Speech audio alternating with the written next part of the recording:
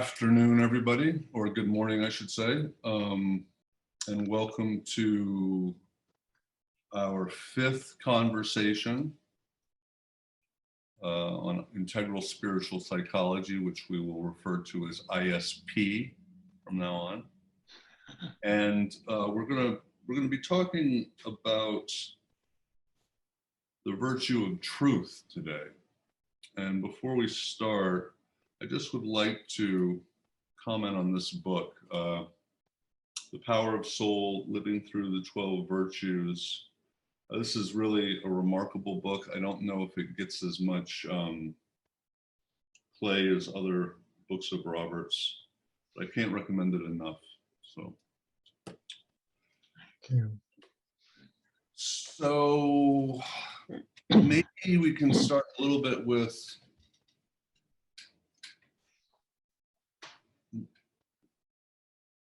how we landed, or how you landed on this topic at this point in our conversation, the virtue of truth. I know it's very apt, but what makes it so apt right now? Because it's totally absent. You know, it's as if the whole notion of truth has evaporated.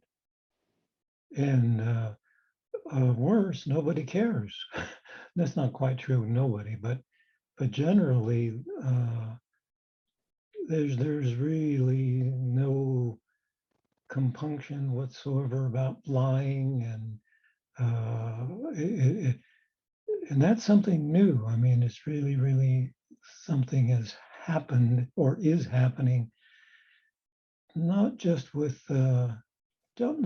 people, but with reality. Reality itself just doesn't work like it used to work. You know, and this is a difficult one in a way. So I'd like to say something just teeny about ISP, integral spiritual psychology, just because I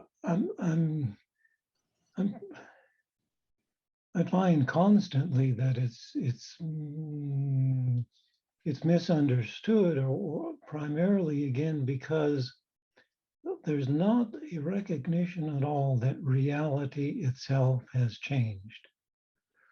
So I think that generally ISP tends to be seen as it's a particular form of spirituality that is centered in the heart.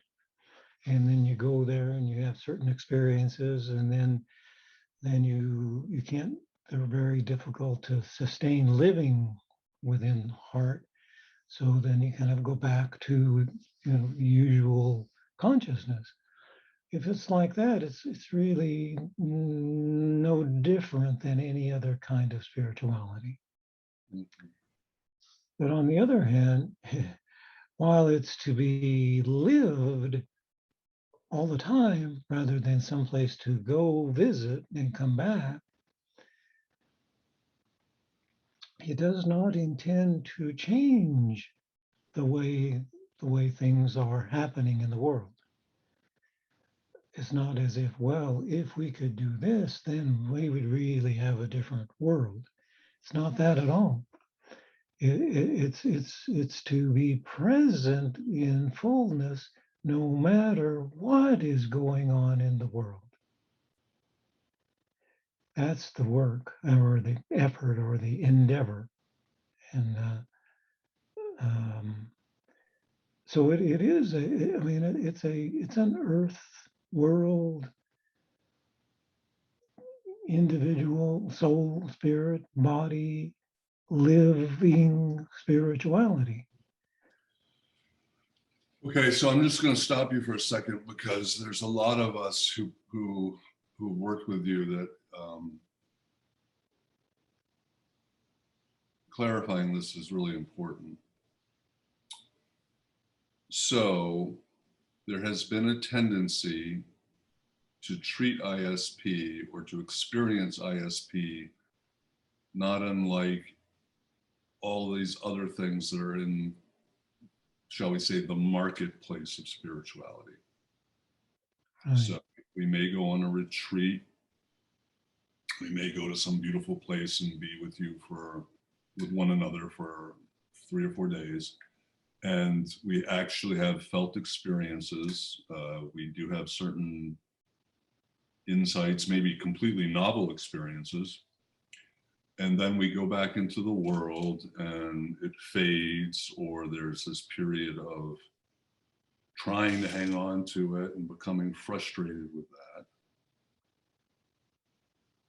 And that's one side of it. And then on the other side is this sort of incorrigible way of thinking that says, if I could only hang on to it, then I could fix the world.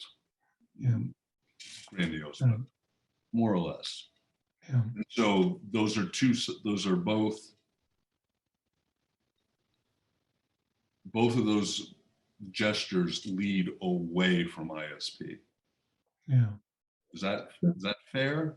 Yeah. Well, I think that they're both of those alternatives are too big in a way. I mean, even to say, well, if eventually ISP, that attitude pervades the world, we would be living fullness. Well, I mean, the world is what it is. We can't do anything about that. We can be concerned with how we approach what is. That's all. Would it be helpful to contrast how spirituality is done today versus hundreds of years ago or amongst indigenous people? I kind of want to go the other way. Okay. Which is to try to really say how reality has changed and has been changed for a long time, and we're not really aware of that, which is we are free. Human beings are completely free, spiritually free. Spiritually free. That means that in previous times, and still lingers quite a bit, there's the sense of the spiritual world is, I don't know, up there. There's the divine world, and it looks over us. And if we're good, then the world will be good. Then there's also evil, and there are evil, beings, and there's sin, and there's guilt, and there's all of that, all of those ways, which are not in either indigenous or ancient, but nor are they now present. we are free, and meaning, so it's kind of like there is forces that are descending, forces that are ascending, and Earth is right in the middle. And actually now human beings have more of a task of a different kind of spiritual work, which is one of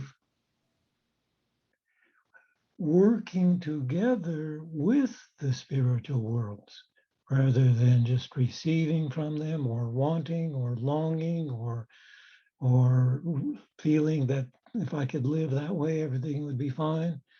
Now the task is to work with both the soul worlds and the spiritual worlds. That's a way of living. I mean, I don't know if that helps see the difference. Well, it does. I guess my question is so can we relate this new freedom to this disregard for whether or not we can find truth? Yeah, very related. I guess that's why we're starting that way. Because it's the same way, it feels like, well, if we have the truth, we're free. Right. But the problem is now, the claims for the truth, are totally wild. Wild. And they're wild because this new reality is not recognized. It still acts as if there is reality simply there outside. And if we can get our thinking to conform with reality, that's called truth.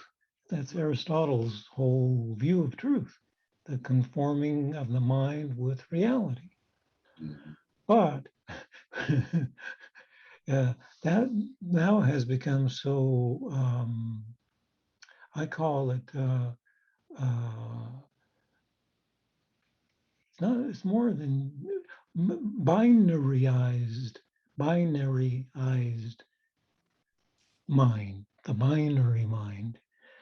The subtlety of mind is also more or less in the collective world lacking.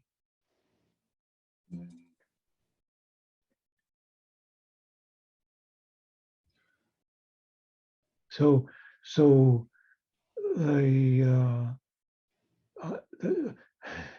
truth now becomes a matter of who can shout the loudest. Right. Right. And who can enlist more loud voices into their mob. Yes.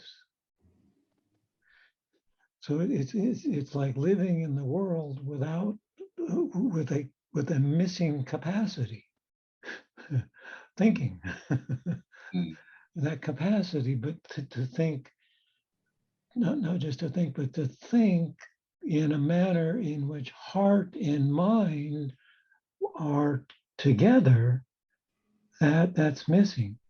See, it's really that when I say the mind has become a kind of binary mind, that means the nuances and the feeling and the capacity to know by the contour of things and how they sound and how they feel and how they ring true and how to live in a kind of sense of searching for harmony, maybe is better than truth in a way.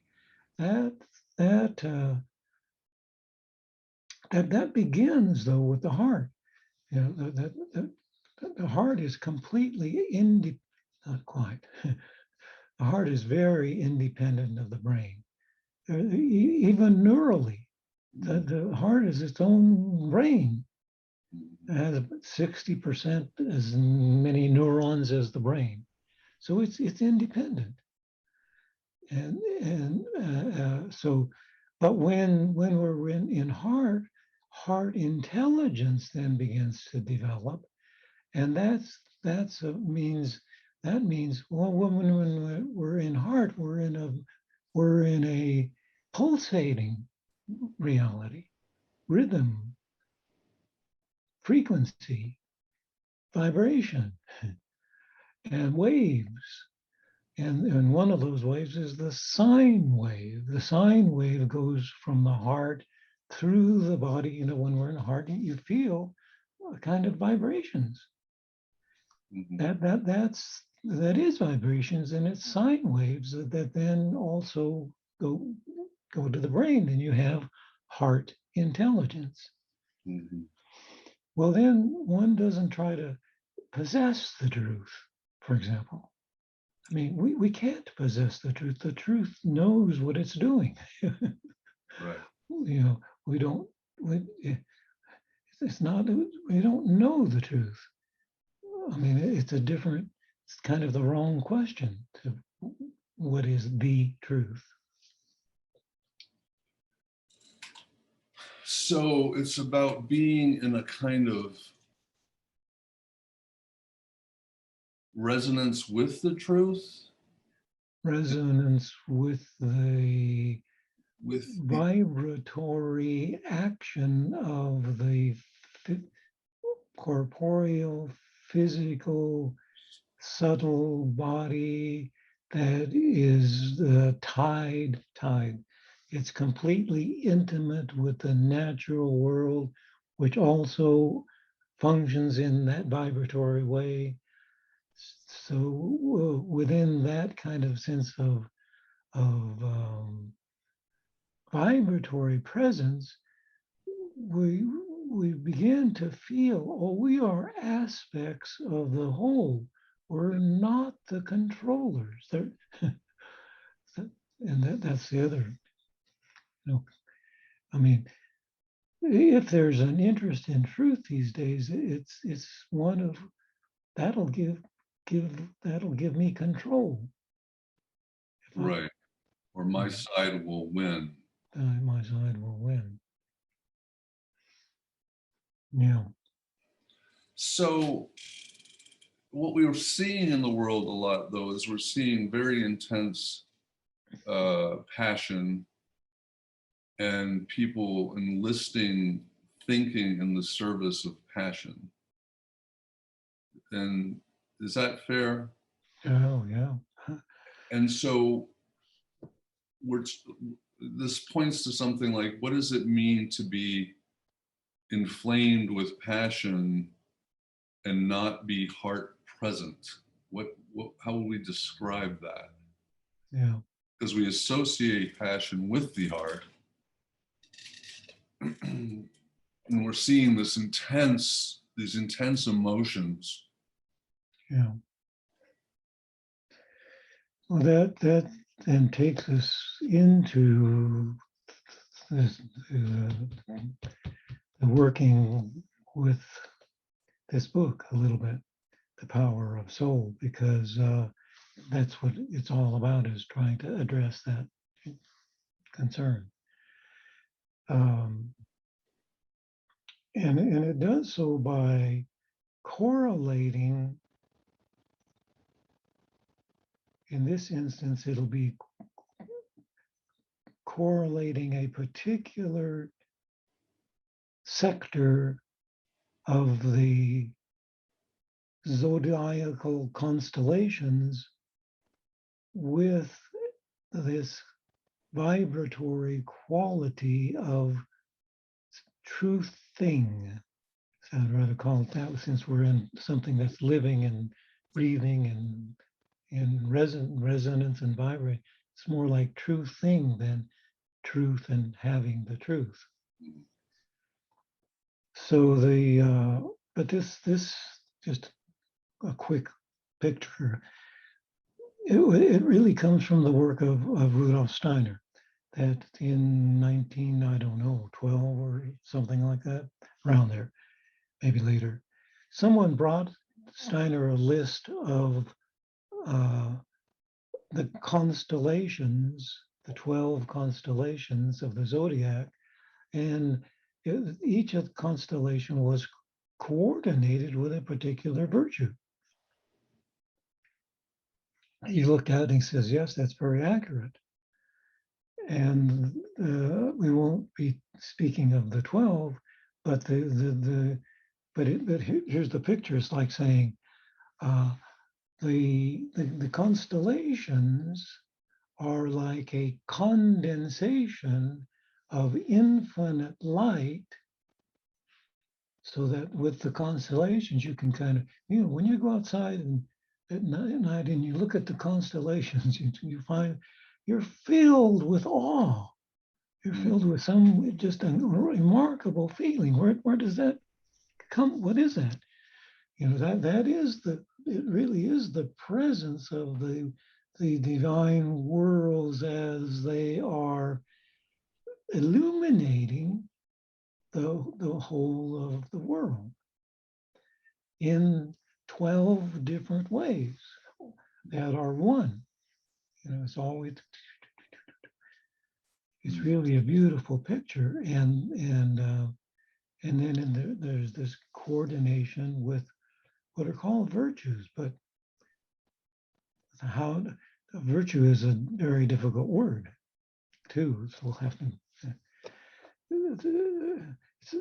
It's really an alchemical word, the virtue.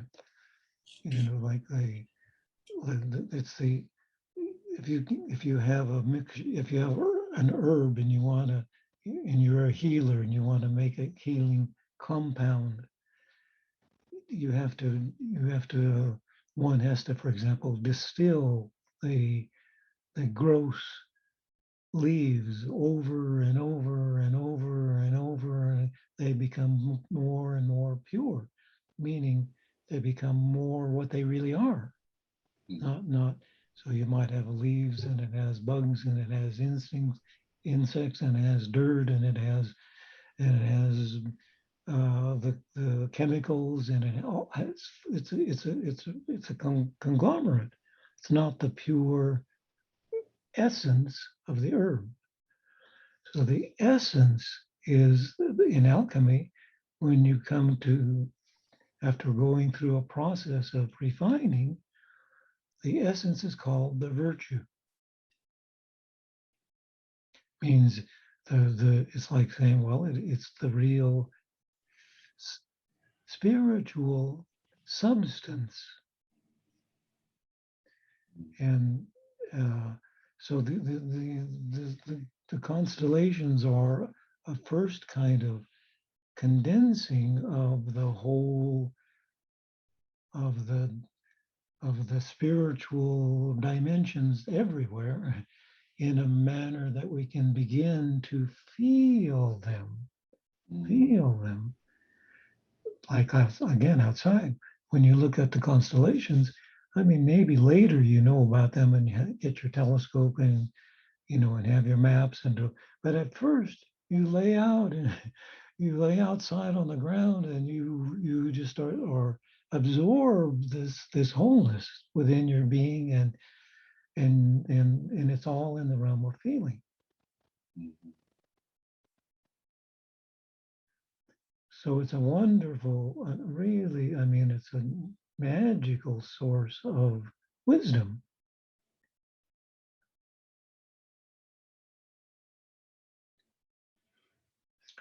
But with the individual human being then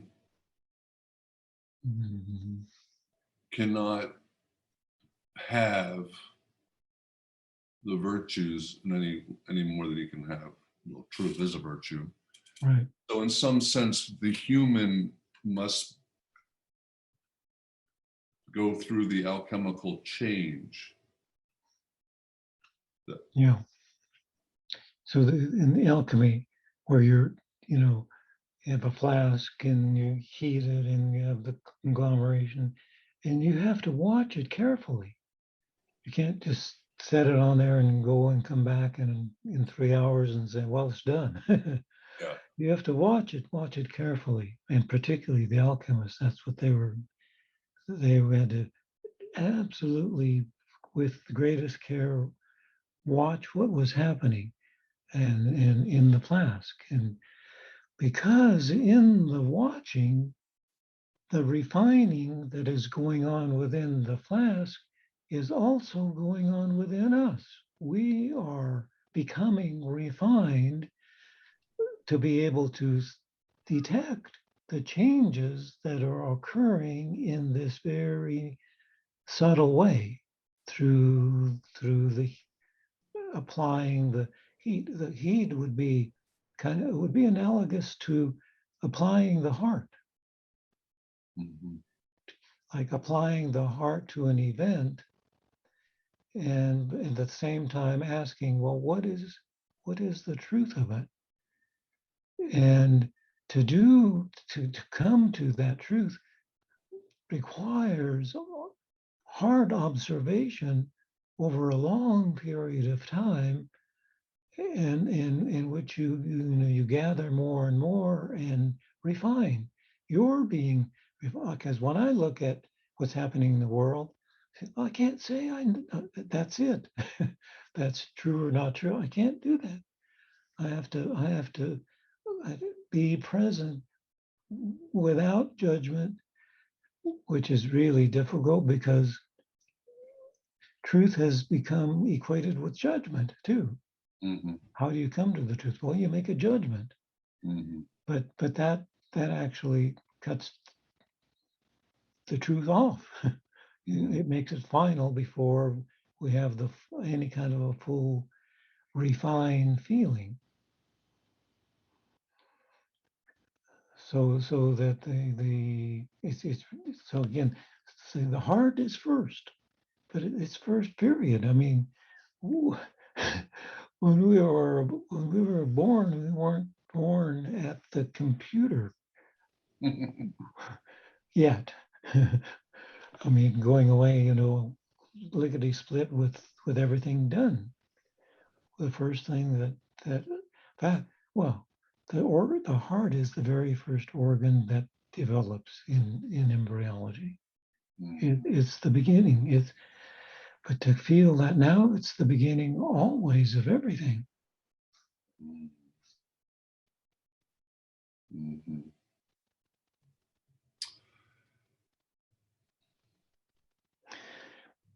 So See, now it's truth is it's a matter of pronouncement, right. and pronouncement already excludes the heart because the pronouncement is making a division between, as if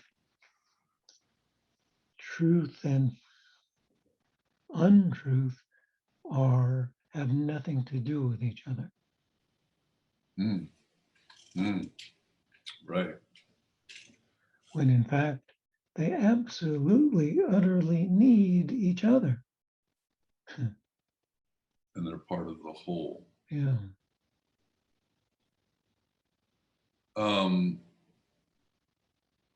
Could we circle back to then what is it?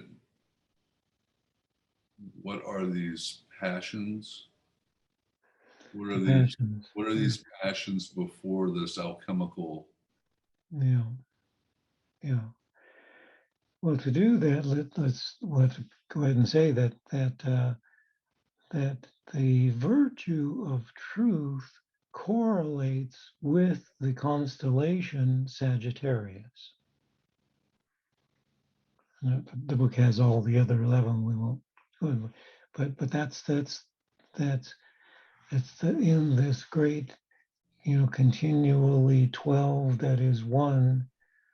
It is Sagittarius that is the presence of the process within everything of the felt sense of the vibration of truth thing happening. Mm-hmm. And it's wonderful when the glyph of the Sagittarius is the archer. Yeah. And so that image it really says it all. So the archer, he's drawing the bow, full draw on the bow, but he doesn't let the arrow go. He's retaining the sense of poise, and trying to find what he's aiming for. What am I aiming for? So already, truth has to do with aiming for something. The aim so there's a great. That's why we call it idealism. Boy, he's full of he's completely idealistic. Means he's aiming at something. May not know exactly what it is, but it's an aim. But now, if he thinks he can get, if I think, not he or she, if I think I can reach that goal, I can do it. If I aim accurately and then let the arrow go, then I get to where I want to get. That's no longer truthing at all, Right. because it confuses living in a tension of aiming and restraining simultaneously with a momentary sense of longing that then gets overwhelmed by the desire for what you're aiming at, and we then become captured by passion. Mhm. So lose that. So what's so interesting about this is, so this is completely taught and embodied, fully attention, body, and it's aiming, and you can be in that you can be in that truthing, that truthingness without even having an object. Is that because you, on some level, you don't necessarily know? How do you don't know? Yeah, Right? That's yeah, yeah. That's really subtle and important to have objectless desire. Yeah. Well, so when I'm saying aiming and toward, that can be, though, particularly because we're, particularly in the zodiac. So the zodiac works both ways, meaning the zodiac radiates the wholeness in 12 different ways. That's this way, but it's also coming, it's emanating from the oneness, yeah. which is no thing. Mm, mm, mm, So it's not mm, a thing. The meaning that so that our when we're idealistic, our aims are still, even if they're not clear, they're spiritual aims. I mean, and we call, well, that's why we'll say the good and the beautiful and the true. That kind of what is behind the zodiac: the mm, good, the beautiful, and the true. mm, But again, it doesn't mean we can have those, but we can want to be permeated with those qualities and live feelingly within such qualities, mm, but not feelingly, not so much. I have to know what it is and how to do it and how to get to it. and how, and yeah, Yeah, how to have it. yeah, And falsehood and error in that picture. yeah. If you don't mind, if it's because I really learned something about Donald Trump as a very, very extraordinary individual. I watched the because he's clearly someone who has a great deal of idealism, incredible idealism, you know, of and and so that is a kind of an aim. He has great passion, and so he has the elements of an archer. Mm, Really has an element, but it didn't. What happened is the passion took over. mhm, What is a passion is it's just like, well, for like say if someone had a difficult life, and a difficult life actually typically leads to idealism. mhm, I want that. I don't want this. I want that. That's an idealism. And it's a longing. it can get perverted and all that, but initially it's this tension. For some, for whatever reason and what happened, passion is stronger with Donald Trump than the longing. And what happens then is if our passions are greater than our longing, the tension collapses and we find ourselves living out our fatedness rather than our destiny. Does that mean? Yeah. I mean, it's like what now it's become a passion to correct the way he grew up. Mm-hmm. And that's you're fated then, fated. And there's a subtlety to destiny / longing that is generally absent in passion and fate. In this book, you talk about how we often experience passion and fate as a sense of being pushed from within, almost like being driven towards. Yes.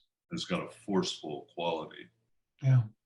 Whereas it seems, just to me, sitting here, that longing and destiny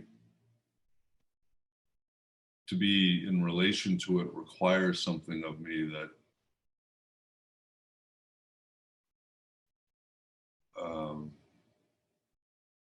requires something of me. Is it requires something of my will?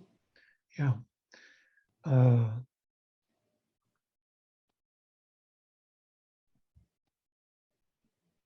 Again, in the Sagittarius, the archer, and to think of it kind of like a Zen in the art of archery, that Victor, remember, that you don't hit the mark by trying to get at it from here. You have to place yourself over there and let it draw the longing and the aiming to it. Right. And that's the capacity of attention. That if we want a fullness of earth, and if we want to live that way, we have to let it draw us to it. So longing always involves surrender. Yes. See how difficult it is for Donald. Surrender to be, to have that tension of aiming and surrendering at the same time. And yet surrendering is still in the realm of will, but it's not the way we normally think about it. It's not strong will. It's not doing. It's a, what is it? It's an undoing. It's a It's just rather than living for the aim, it's living within the sense of the aim is actually already here. Here's a, yeah, I follow that. Yeah. this little practice. It's a really great way to practice this. Is your breathing, our breathing in and out. When we breathe out, don't take it materialistically only. Breathe out, really breathe out to the furthest place of the whole of the cosmos. So if we actually do that, breathe out, Take a breath, breathe out. At the very, very moment we come to the end of the breath, place attention right there, right at that instant. And it's like, actually, it's like an explosion happens.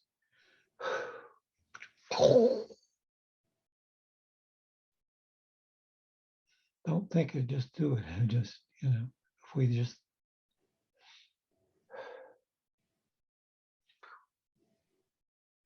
then we breathe in. And breathing in means that moment of explosion now comes into us. And if we notice then the exact moment the in-breath stops and place attention there, we'll feel that explosion. We'll feel what is out there is in here. Mm-hmm. What's out there is in here. That's so that's the sort of the necessary equipment for living within the realm of feeling that is always has that quality. Like so heart presence isn't just again, that's where it gets lost and easily becomes another kind of, I don't know, me spirituality. It's all about me. But the heart is, when I'm in the heart, it's also here. It's also, you feel it. I feel it. We're in a different reality. And but that has to be refined. I mean, over and over and over and over. Like, see, in the current way in which truth and falsity are this living in a binary cognition, that begins to be a little refined, more refined, when certain people, for example, begin to tell stories concerning the realm of truth and falsity. They don't just, well, I mean, because we're living, the main story is the sort of, forgive me for saying, it's the Tony Fauci story. That's that there is a virus and it has invaded everybody and you have to be vaccinated and then there's variants and then you have to be. It's really interesting that the whole imagination is one of contamination that requires separation. Lockdown, mask up, get vaccinated. That's that story. But there's other stories. But they're not alternate stories. They're stories like James Corbett has a different story, really elaborate story of saying, look, there's something going on. This moment of change that is being called the Great Reset. Well, that goes back actually to the early 70s with a group called the Club of Rome. And the Club of Rome, by computers that they had then, figured out when civilization would collapse. And at first they said it would, the document, the big document that sold 30 million copies, this book. And it said civilization would collapse in the year 2000. And it didn't, so they went back and said, well, we made a mistake, a big mistake. Because when we calculated what are the Earth's resources, we underestimated by 100%. But that's part of a story. And Corbett says, well, resources change primarily depending upon education. Like, you know, and and population is fine if you have education. And oh, by the way, there's not overpopulation, there's underpopulation right now. There's under, and it's going to be worse. Uh, so he's telling, he's telling a more nuanced story of, oh, he has a picture of there's an aim here that we hadn't noticed. And the aim has to do with entering a new reality. But there are those who want to enter the reality that they want to have. We are entering a new reality, no question about it. Absolutely, that's happening. The question is how to be with it, how to be with it. And one way is to try to see a reality that is made from the mind and the ego is one that says, first, I want that reality right now, which the ego always does. Whatever it wants now. And it wants it in a certain way that is to one's own benefit, regardless of the whole. And that's a different story and feeling. It's not, there's no judgment about it. Just feel the qualities of the story and feel the qualities of the other story. And then we keep watching. We just keep noticing from the heart. And because then whatever is heart noticed will also be, contributing to what is happening. But we're not trying to make anything happen. Right. So the alchemical refinement is a noticing. Yes. It's a noticing first with the heart and feeling. So it's very nuanced. It's like, those alchemists watching that flask. And the flask, by the way, is really interesting. A flask is like a tower, meaning it's connecting the heat of the heart with what's above. So it's like in a way, it's not unlike well, be careful. I was going to say, think of the towers of a church. That's what they really were. Particularly a round church is like an alchemical vessel. You go in here and a certain vibration, and the vibration. Yeah. And then a lot of them would, or at least a lot of them would have light that could come in from above down at these angles through color sometimes. Excellent. It's a big alchemical flask. But so now, just real quick, go ahead. No, go ahead. Just going to say now the alchemical flask is our bodily being. This is just an aside, but it's just something I'm wondering. So Jung's fascination with alchemy, was that really born of his recognition that the attention of the alchemist was affecting changes in the soul that were mirroring? Yes. Absolutely. He knew that for sure. Just through the documents, just through reading the alchemical documents. Yeah.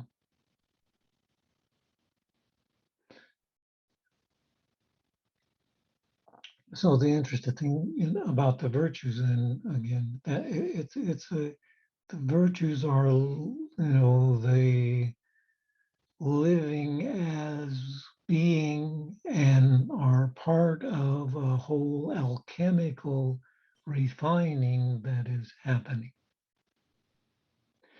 Oddly, if we knew what was happening and could make that happen, it's a terrible reduction, because we make something happen. It is one thing. Mm-hmm. Mm-hmm.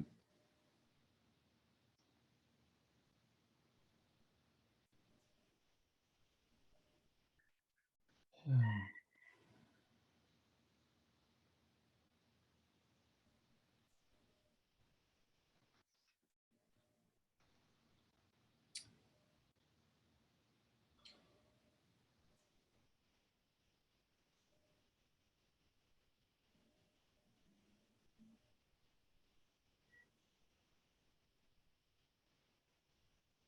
See how tricky this is? I mean, because the temptation is so strong to say, whoa, isn't this a wonderful way of living, and wouldn't the world be a different place? Mm-hmm. And in doing that, I've left the heart and gone to the mind, left the Mm-hmm. heart completely and went to the mind. Because I mean, it's like the point of living is living. It's not living in order for something to happen. Yeah, it's just, it's so hard to get your head around that. Because even in the midst of this conversation, I find myself going, okay, but I still have obligations. And therefore, I still have to make decisions of this rather Yes. than Yes. that. And of course, everything in my being wants to enlist what we're doing in Yeah. the service of that, because Yeah. we'll make better choices. Yep. And if we all make better choices. Yeah. Well, but then staying within the process would involve gradually beginning to be able to see, which you're calling our everyday living. We can begin to feel the nuances happening there. They're happening there. We just don't see them. Excuse me. We're not noticing them. We were before we started talking. We were together talking about a little bit about language, and the nuances of language, and how I was mentioning the word honor, and it's so interesting that the H is silent in honor. Okay, and that's one of those nuances. It's a nuance. The H is is which is even shaped like a ladder. H. So the H is the part of honor that has to do with reaching for the spiritual realm. But the don't. But even everything in daily life, it isn't like it's excluded. That's the problem. If we imagine that, well, that's all excluded, then then I see it that way, and then that's the reality. Yeah. Like this little practice, of breathing out and breathing in within.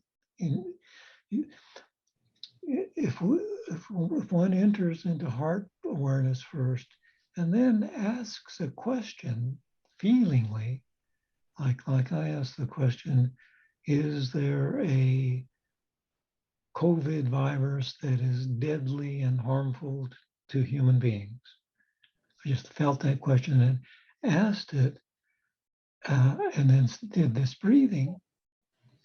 And so it's like the question, heartfelt, goes way out to the ends of the universe. And and it's like the arrow, and it comes back, and when we feel the vessel of ourselves in relation to the whole universe,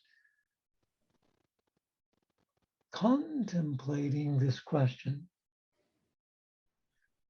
And an answer will happen. It won't happen by thinking about it. You just do it, and then either an answer will actually be felt, or the answer will begin to be lived. Mm-hmm.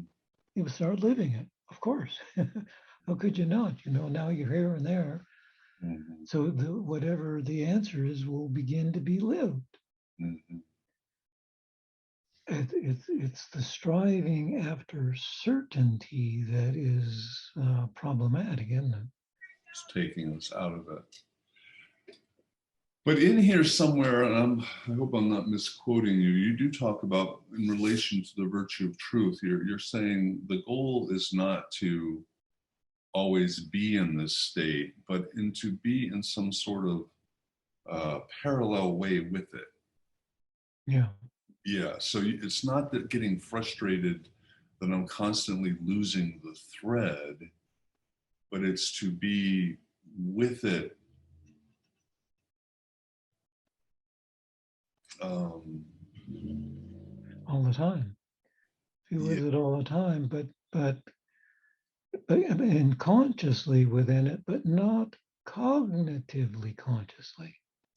Yeah, yeah.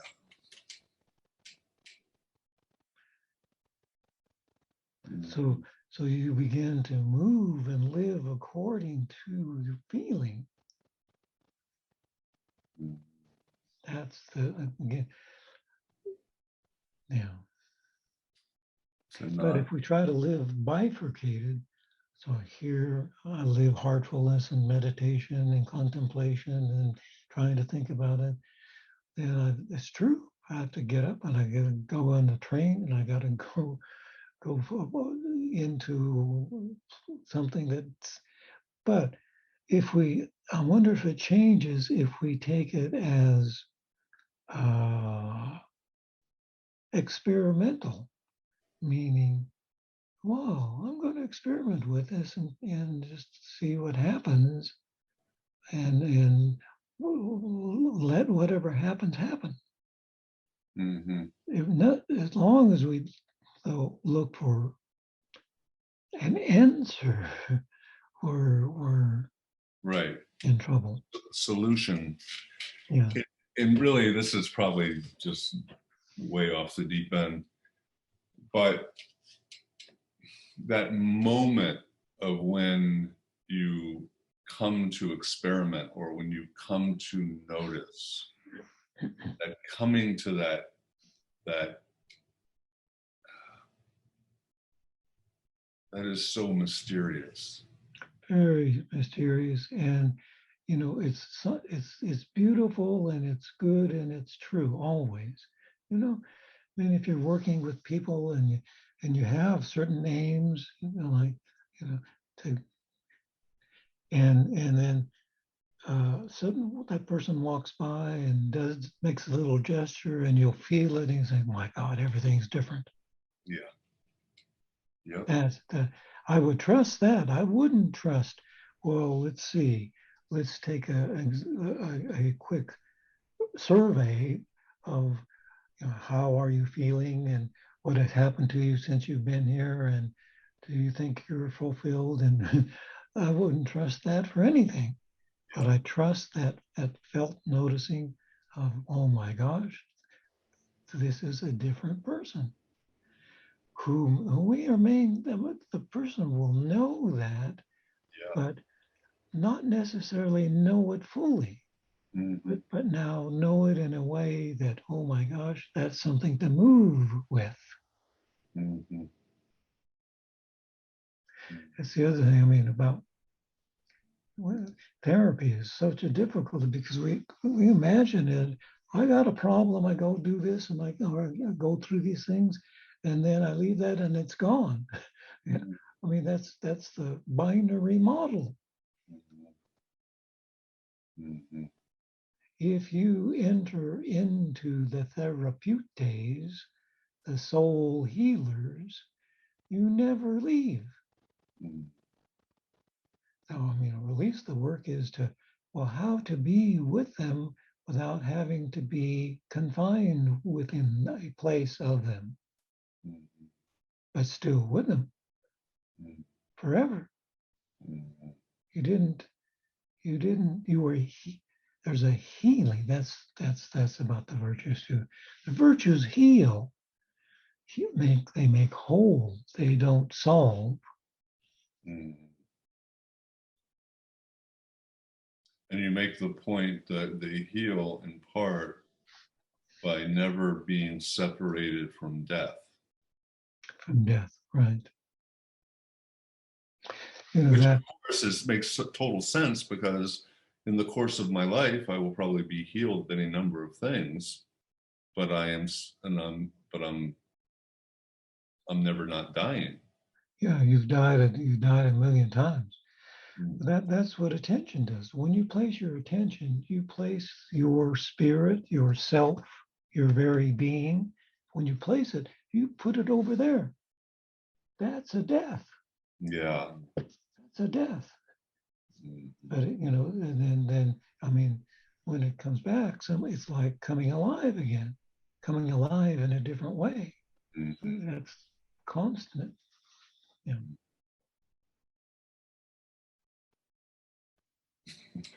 It's so funny and odd that we have to talk about these things. I mean, that's a, I don't know what to do about that. It's a terrible kind of deficit in a way. Well, I mean, maybe I think there's inevitability to it. I don't think ISP would exist if it wasn't in this peculiar moment that such things happen.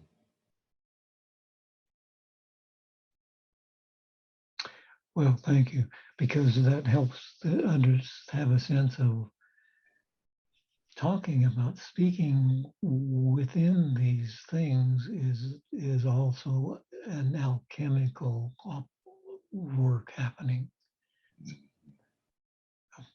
And thank you. That I can feel that. I can feel. Thank you. Yeah, it's the wonder of it is the simplicity with the difficulty. So we don't have to get rid of talking. We have to get rid of ISP. We're working towards it. Kind of We keep talking like this, we'll have no viewers and it will be done. I know. Well, we don't want to do ISP talk. Very good. Right. Well, sir, I guess until next time, I will be somewhat sad next time. It will be our final talk. Oh, yeah. But, Yeah, me too. It is wonderful to have these conversations. I was actually feeling yesterday, all day long, I need someone to talk with all the time. I understand that. Yeah.